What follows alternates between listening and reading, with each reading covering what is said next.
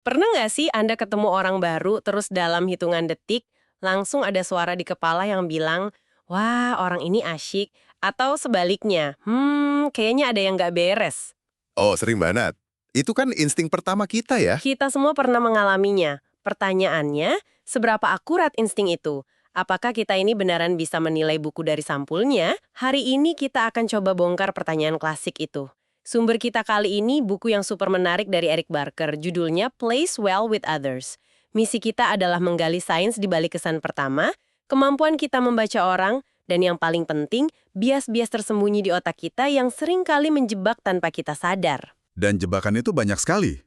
Kita akan lihat kenapa sistem yang kelihatannya canggih kayak profiling kriminal yang sering kita tonton di film-film itu, ternyata bisa gagal total. Oh ya? Lalu kita akan kenalan sama seekor kuda yang jujur aja mungkin lebih jago membaca orang daripada kita semua. Dan pada akhirnya, kita akan bahas apa yang perlu Anda waspadai waktu pertama kali ketemu seseorang. Oke, mari kita mulai dari fantasi kita semua, jadi Sherlock Holmes. Di catatan Anda, ada sebuah cerita nyata yang luar biasa tentang seorang wanita bernama Grace Hamiston. Dia ini dijuluki Nyonya Sherlock Holmes di New York awal tahun 1900-an. Betul, kisah Grace ini benar-benar jadi fondasi dari mitos bahwa manusia super observan itu ada. Bayangin, di tahun 1917, seorang gadis muda dari keluarga kaya, Ruth Kruger, hilang. Oke? Polisi udah nyari kemana-mana dan akhirnya nyerah. Kasusnya dianggap buntu. Nah, disinilah Grace masuk. Bayangin, dia ini pengacara wanita yang di zaman itu langka banget. Dan hebatnya lagi, semua kasusnya diambil pro bono, gratis. Dia nggak terima gitu aja kesimpulan polisi. Dia nggak terima.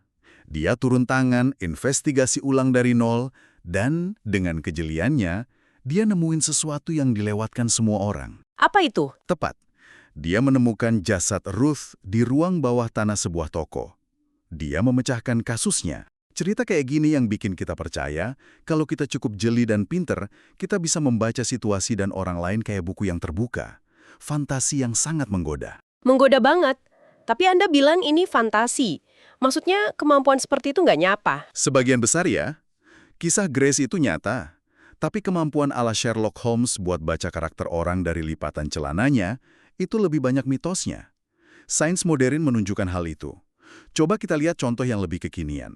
Profiling kriminal yang dipakai FBI. Nah, ini dia. Kalau di film kan kelihatannya keren banget. Seorang profiler datang, lihat TKP, terus bisa deskripsiin pelakunya dengan detail. Dia pria lajang, tinggal sama ibunya, kikuk secara sosial. Tapi katanya itu nggak seakurat itu ya. Jauh dari akurat. Penelitian menunjukkan bahwa profiling kriminal itu lebih mirip pseudoscience. Ini yang bakal bikin kaget. Sebuah studi tahun 2002 nemuin kalau mahasiswa jurusan kimia, sekali lagi kimia, ternyata bisa menghasilkan profil kriminal yang lebih akurat daripada penyelidik pembunuhan profesional yang sudah terlatih. Tunggu. Mahasiswa kimia, gimana bisa? Mereka kan belajar tabel periodik, bukan psikologi kriminal. Apa yang bikin para profesional itu begitu yakin dengan metode yang ternyata nggak akurat ini? Pertanyaan bagus. Jawabannya ada di fenomena psikologis yang disebut efek Barnum atau efek Forer. Ini kecenderungan otak kita buat nerima pernyataan yang sifatnya umum dan samar-samar, seolah-olah itu deskripsi yang sangat akurat dan spesifik. Ah, ini kayak horoskop ya? Yang bilang, Anda punya kebutuhan besar agar disukai orang lain, tapi Anda juga bisa kritis terhadap diri sendiri. Terus kita ngerasa, wah ini gue banget. Padahal itu berlaku buat hampir semua orang. Persis. Itulah triknya. Profil kriminal sering diisi pernyataan yang punya base rate atau tingkat dasar yang tinggi banget. Misalnya, seorang profiler bilang, pelakunya kemungkinan besar adalah seorang pria. Ya iyalah. Tentu saja, statistik di AS nunjukin sekitar 90% pembunuh berantai itu laki-laki.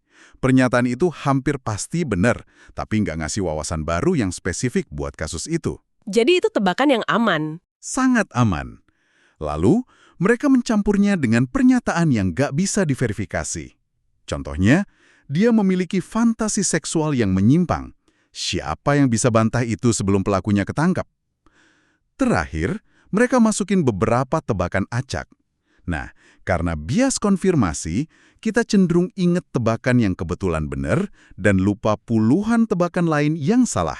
Kalau satu tebakan benar, si profiler langsung kelihatan jenius. Tepat sekali. Oke, ini membuka mata. Jadi, bahkan sistem yang dipakai institusi sekelas FBI pun punya kelemahan mendasar. Ini bikin saya mikir, kalau para ahli aja bisa salah besar, gimana dengan kita orang biasa? Kemampuan kita sehari-hari dalam menilai orang, apa lebih baik? Nah, disinilah ceritanya jadi semakin menarik sekaligus, sedikit menyedihkan. Jawabannya, kita nggak lebih baik. Bahkan, ada seekor kuda yang mungkin jauh lebih ahli daripada kita. Namanya Clever Hans. Ini si Hans yang bikin geger. Pemiliknya, seorang guru matematika, ngeklaim Hans bisa berhitung. Dia bakal nanya, Hans, berapa 3 kali 4? Dan Hans bakal ngentakin kakinya 12 kali. Wow. Dia bisa ngerjain soal akar kuadrat, baca kalender, orang-orang takjub. Itu kedengarannya mustahil. Pasti ada triknya kan? Tentu saja. Akhirnya, seorang psikolog bernama Oscar Fungst nyelidikin. Setelah serangkaian tes yang pintar, dia nemuin rahasianya. Hans sama sekali nggak bisa matematika. Tapi dia adalah seorang pengamat yang jenius. Dia sangat-sangat ahli dalam membaca bahasa tubuh bawah sadar dari orang yang bertanya. Maksudnya gimana? Gini, waktu seseorang nanya, tanpa sadar, postur tubuhnya akan sedikit menegang dan condong ke depan. Hans nangkep isyarat itu dan mulai ngentakin kakinya. Nah, pas hentakannya deketin jawaban yang benar, si penanya akan nunjukin perubahan postur yang kecil banget. Alis terangkat, napas tertahan, sebagai antisipasi. Oh, sinyal-sinyal mikro gitu ya? Hans ngelihat sinyal mikro itu dan langsung berhenti. Dia nggak tahu jawabannya, tapi dia tahu kapan si penanya berpikir dia udah sampai pada jawaban yang benar. Wow, jadi kuda itu membaca manusianya bukan soalnya? Tepat sekali.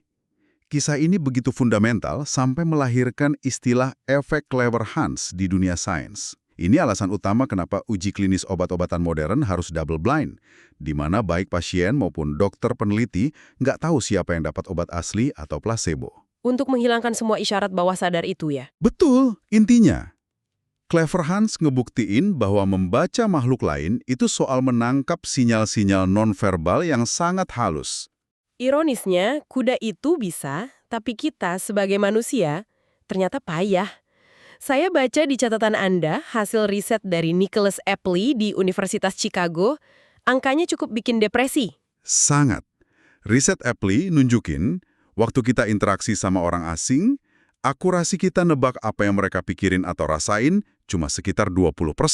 20%? Itu kan lebih buruk dari sekedar nebak acak. Bener. Dengan teman deket, angkanya naik dikit jadi 30%.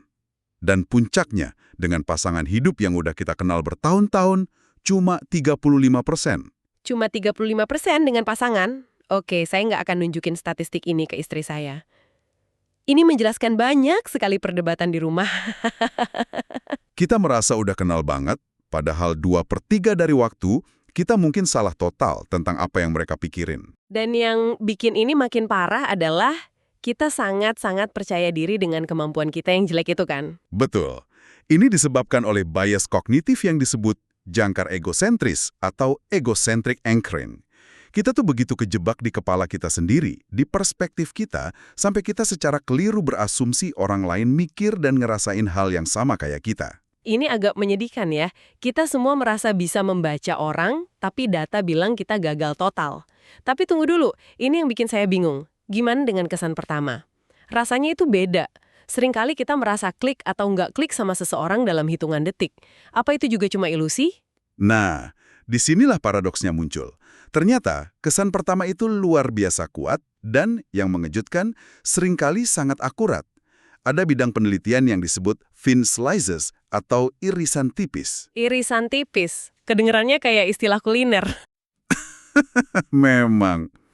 Idenya adalah otak kita ngambil irisan data yang tipis banget, mungkin cuma beberapa detik interaksi, dan bikin kesimpulan yang luas dari situ.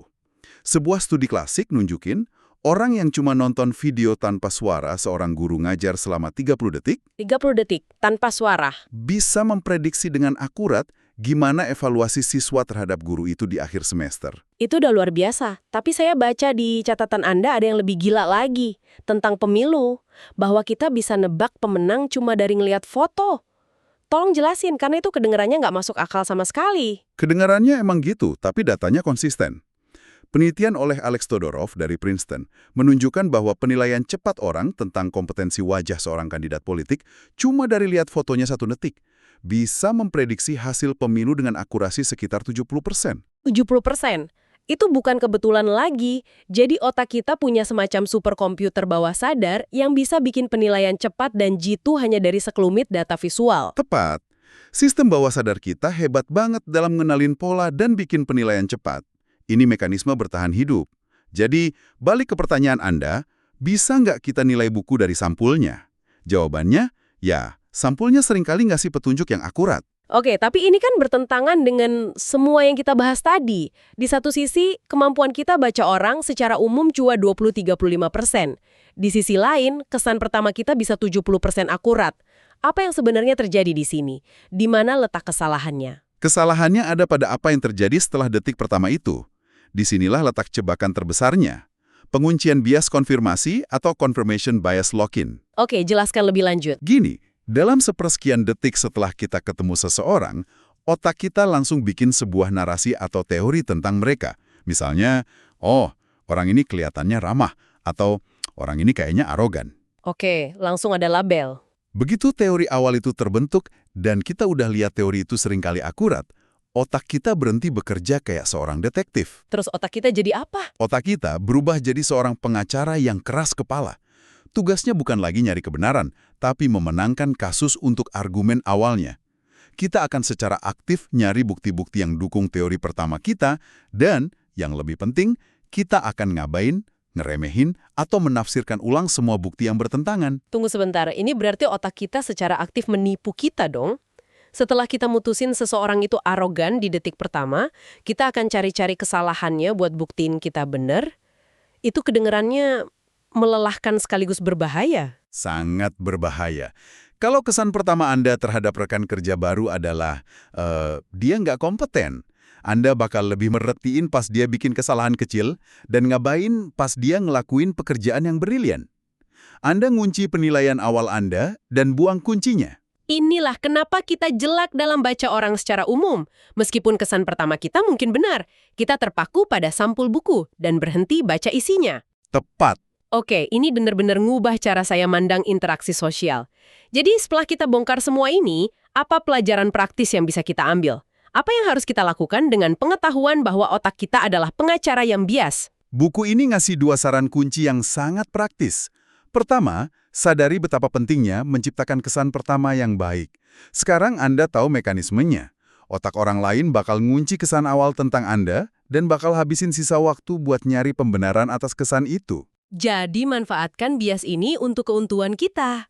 Berikan mereka sampul yang bagus. Betul. Mainkan permainannya. Lalu saran kedua? Saran kedua, dan ini mungkin yang lebih sulit tapi juga lebih penting, beri orang lain kesempatan kedua. Ini adalah penangkal dari bias kita sendiri. Kenapa kesempatan kedua ini begitu krusial, terutama kalau kesan pertamanya negatif? Thomas Gilovich dari Cornell ngejelasinnya dengan sangat baik. Coba pikirin ini. Kalau kesan pertama Anda terhadap seseorang buruk, apa yang akan Anda lakukan? Menghindar pastinya. Anda akan menghindarinya kan? Akibatnya, orang itu nggak akan pernah punya kesempatan buat nunjukin sisi lain dirinya. Buat buktiin bahwa penilaian cepat Anda mungkin salah. Anda nggak pernah dapat data baru. Benar juga. Kita menutup pintu untuk informasi baru. Tepat. Sebaliknya, kalau kesan pertama Anda baik, Anda akan cenderung habisin lebih banyak waktu sama dia. Ini ngasih Anda lebih banyak data. Mungkin Anda akan konfirmasi penilaian awal Anda. Atau mungkin Anda akan lihat sisi lain dan merevisinya. Tapi setidaknya ada proses evaluasi. Untuk kesan pertama yang negatif, nggak ada proses banding. Kita jadi hakim, juri, dan algojo dalam 1 detik. Dan terdakwa bahkan nggak tahu dia sedang diadili. Persis. Kita memulai obrolan ini dengan fantasi menjadi Sherlock Holmes. Tapi pada akhirnya, kita justru menemukan bahwa misteri terbesarnya bukan orang lain, tapi jarak kerja pikiran kita sendiri yang penuh jalan pintas dan bias. Jadi untuk menjawab pertanyaan utama kita sekali lagi, bisakah kita menilai buku dari sampulnya? Jawabannya adalah iya, tapi ya sampulnya seringkali ngasih petunjuk yang akurat. Tapi bahayanya adalah kita terlalu cepat terpaku pada sampul itu. Kita jatuh cinta sama cerita pertama yang kita buat di kepala, dan kita nolak baca bab-bab selanjutnya. Ini sebuah pemikiran terakhir untuk Anda renungkan. Buku ini menyinggung sesuatu yang menarik, bahwa menjadi terlalu akurat dalam membaca orang mungkin bukan anugerah, tapi sebuah kutukan. Menarik. Bayangkan orang dengan ingatan super yang nggak bisa lupa rasa sakit. Penelitian menunjukkan akurasi empati yang terlalu tinggi bisa jadi pedang bermata dua. Kalau Anda bisa deteksi setiap keraguan kecil atau pikiran negatif sekilas dari pasangan Anda, itu justru bisa merusak hubungan. Semacam ketidaktahuan yang membahagiakan atau blissful ignorance terkadang berfungsi sebagai perekat sosial. Tepat sekali. Jadi pertanyaan untuk Anda bawa pulang adalah ini.